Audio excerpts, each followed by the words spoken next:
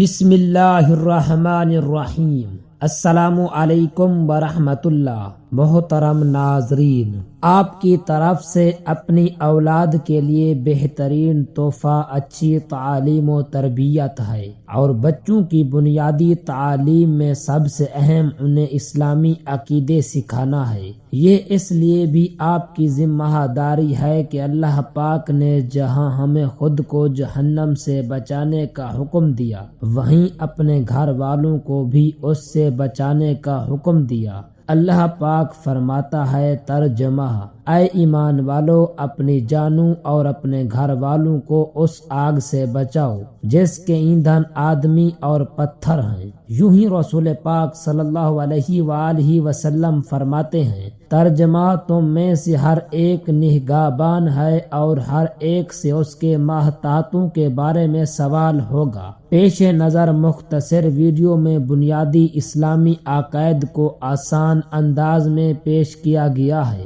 تاکہ والدین اور سرپرستوں کے ساتھ ساتھ بچوں کو بھی بآسانی سمجھ آ جائے۔ نمبر 1، اللہ پاک ایک ہے، اس کا کوئی شریک نہیں، وہ ہمیشہ سے ہے اور ہمیشہ رہے گا۔ اللہ پاک نے سارے جہان والوں کو بنایا ہے، زمین، آسمان، چاند، تارے، دن رات، پہاڑ، سمندر، جنات، آدمی، فرشتے، جانور اور ہر چیز کو اسی نے پیدا کیا ہے۔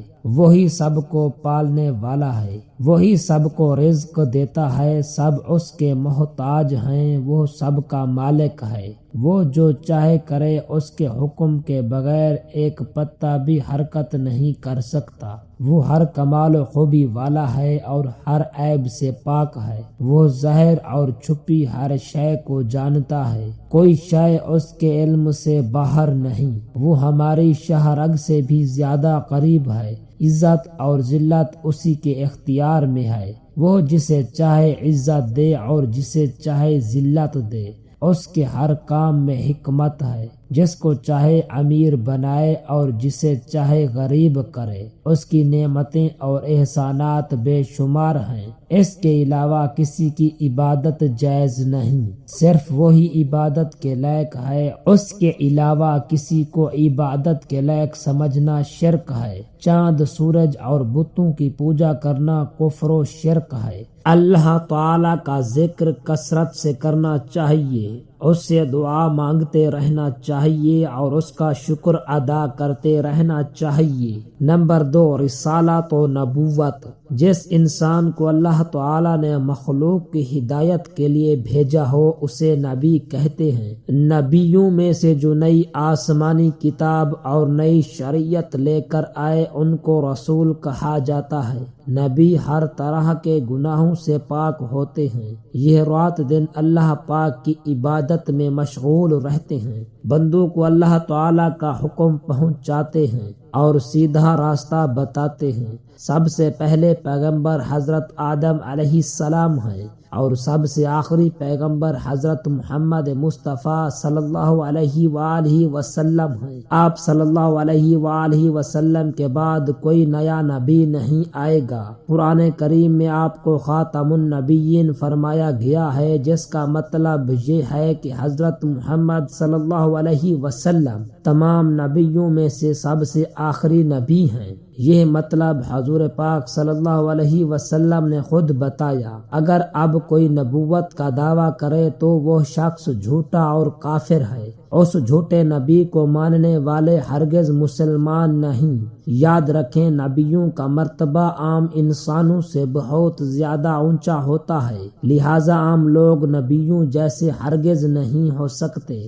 نبیوں کی تعظیم اور احترام فرض عین ہے، ان کی معمولی سی بھی توہین یا ان کو جھٹلانا کفر ہے۔ ہر نبی اپنی قبر شریف میں حقیقی حیات کے ساتھ زندہ ہے، نبی کی فرما برداری فرض ہے۔ سب سے بڑا مرتبہ ہمارے پیارے نبی حضرت محمد مصطفیٰ صلی اللہ علیہ وسلم کا ہے۔ جو کمالات اور معجزات دوسرے نبیوں کو الگ الگ عطا کیے گئے، وہ سارے کے سارے ہمارے نبی صلی اللہ علیہ وسلم کی ذات میں جمع کر دیے گئے۔ قرآن پاک میں 26 نبیوں اور رسولوں کے نام موجود ہیں۔ ہم جب بھی اپنے نبی پاک صلی اللہ علیہ وسلم کا نام سنیں تو ہمیں درود شریف ضرور پڑھنا چاہیے۔ اللہ تعالیٰ نے ہر نبی کو علم اور اختیار دیا، اور ہمارے پیارے نبی صلی اللہ علیہ وسلم کو سب سے زیادہ علوم و اختیارات عطا فرمائے، حتیٰ کہ آپ صلی اللہ علیہ وسلم جس کے لیے جو چاہیں حلال فرما دیں اور جو چاہیں حرام کر دیں۔ ہمارے نبی صلی اللہ علیہ وآلہ وسلم نوری بشر ہیں، اور آپ صلی اللہ علیہ وآلہ وسلم کا سایہ نہیں تھا۔ نمبر 3، قرآن پاک۔ قرآن پاک اللہ تعالیٰ کا کلام ہے۔ اس نے یہ اپنے بندوں کی رہنمائی کے لیے نازل فرمایا ہے۔ اس کتاب میں سارے علم موجود ہیں، نہ اس جیسی کوئی دوسری کتاب ہے اور نہ ہی ساری مخلوق مل کر ایسی کتاب بنا سکتی ہے۔ اللہ کریم نے یہ کتاب اپنے پیارے نبی حضرت محمد مصطفیٰ صلی اللہ علیہ وآلہ وسلم پر اتاری ہے۔ اس کی حفاظت کا ذمہ دار اور نگہبان خود اللہ پاک ہے۔ پہلی کتابوں کو زمانے کے شریر لوگوں نے بدل ڈالا، اب وہ اصلی حالت میں نہیں ملتی، مگر قرآن پاک جیسا اترا تھا آج تک ویسا ہی ہے اور ہمیشہ ویسا ہی رہے گا۔ اس میں ایک حرف کا بھی فرق نہیں آ سکتا۔ قرآن پاک میں احکامات کی 500 آیتیں ہیں، باقی آیتوں میں نصیحتیں، عبرتناک واقعات، سبق آموز قصے اور معجزات کا بیان ہے۔ یہ ایسی عظیم کتاب ہے کہ اسے دیکھنا، پڑھنا، سننا سب عبادت ہے، اور اس پر عمل کرنا دونوں جہان کی سعادت ہے۔ سب سے پہلے ہمیں درست قرآن پاک پڑھنا آنا چاہیے۔ جو قرآن پاک کو غلط طریقے سے پڑھتے ہیں، حدیث پاک میں ایسے لوگوں کی مذمت فرمائی گئی ہے۔ ہمیں روزانہ کچھ نہ کچھ تلاوت ضرور کرنی چاہیے، اور روزانہ 2-3 آیتوں کا ترجمہ اور تفسیر پڑھنی یا امی ابو سے سننی چاہیے، تاکہ ہمیں پتہ چلے کہ ہمارا رب کریم ہم سے کیا فرما رہا ہے۔ قرآن پاک کو بغیر وضو کے نہیں چھو سکتے، اس کو پیٹھ کرنا بے ادبی ہے۔ اس کو اٹھاتے اور رکھتے وقت بہت زیادہ احتیاط کرنی چاہیے۔ اس کے اوراق آرام سے پلٹیں۔ قرآن پاک پر ہم کس طرح عمل کر سکتے ہیں، اس کے لیے ہمیں اپنے پیارے نبی صلی اللہ علیہ وآلہ وسلم کی سیرت اور سنتوں کو دیکھنا چاہیے، کیونکہ آپ صلی اللہ علیہ وسلم کی پوری زندگی قرآن شریف کی تفسیر ہے۔ جب ہم اپنے پیارے نبی حضرت محمد مصطفیٰ صلی اللہ علیہ وسلم کی سیرت کو اپنا لیں گے تو قرآن مجید پر عمل کرنے والے بن جائیں گے۔ نمبر 4، صحابی اور اہل بیت۔ صحابی اس انسان کو کہتے ہیں جس نے ایمان کی حالت میں حضور نبی پاک صلی اللہ علیہ وسلم کو دیکھا، یا آپ صلی اللہ علیہ وآلہ وسلم کی صحبت پائی اور اسلام پر رہتے ہوئے دنیا سے گیا۔ اللہ کریم کا جتنا قرب اور بلند درجات صحابہ کرام رضی اللہ تعالی عنہم کو حاصل ہے، کسی دوسرے کو نہیں۔ کوئی بڑے سے بڑا ولی، بزرگ، پیر کسی بھی صحابی کے مرتبے تک نہیں پہنچ سکتا۔ اللہ تعالیٰ نے صحابہ کرام سے راضی ہونے کو قرآن پاک میں بیان فرمایا ہے۔ سارے صحابی اچھے، عادل، معتبر، پرہیزگار، نیک اور جنتی ہیں۔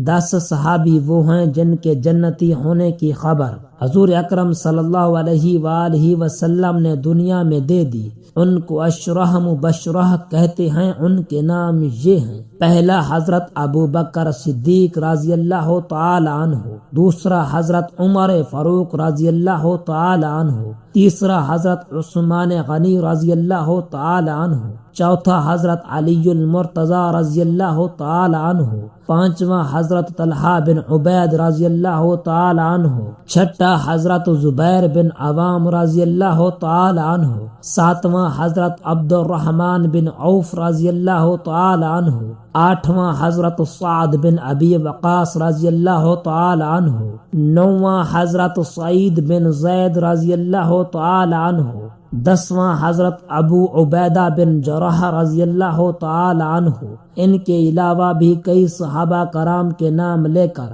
پیارے نبی صلی اللہ علیہ وآلہ وسلم نے جنت کی خوشخبری دی ہے، جیسے حضرت فاطمہ الزہرا، حضرت امام حسن، حضرت امام حسین، حضرت جعفر طیار، حضرت عبداللہ بن سلام اور اصحاب بدر وغیرہ رضی اللہ عنہم۔ کسی بھی صحابی کا ذکر برائی سے کرنا سخت حرام و گناہ ہے۔ حضور اکرم صلی اللہ علیہ وآلہ وسلم نے فرمایا، جب تم میرے صحابہ کی برائی کرنے والے کو دیکھو تو یہ کہو تمہارے شر و برائی پر اللہ تعالی کی لعنت ہو۔ تمام صحابہ کرام کا ذکر ہمیشہ خیر سے کرنا ضروری ہے۔ ہمیں صحابہ کرام سے محبت کا حکم ہے۔ ہمارے پیارے نبی حضرت محمد مصطفیٰ صلی اللہ علیہ وآلہ وسلم فرماتے ہیں، جس نے صحابہ سے محبت کی اس نے میری محبت کے سبب ان سے محبت کی۔ اہل بیت سے مراد حضور نبی پاک صلی اللہ علیہ وآلہ وسلم کے گھر والے ہیں، اور اس میں حضرت علی، حضرت فاطمہ، حضرت امام حسن، حضرت امام حسین اور حضور اکرم صلی اللہ علیہ وآلہ وسلم کی مقدس بیویاں شامل ہیں۔ اہل بیت کی شان و عظمت بہت بلند ہے۔ ان کی پاکیزگی اور صاف ستھرا ہونے کو قرآن کریم نے خود بیان فرمایا ہے۔ ان مقدس ہستیوں سے ہمیں بے حد محبت ہونی چاہیے، کیونکہ ان ہستیوں کے ساتھ محبت ہمارے ایمان کا تقاضا ہے، اور ان سے محبت کا حکم قرآن پاک میں دیا گیا ہے۔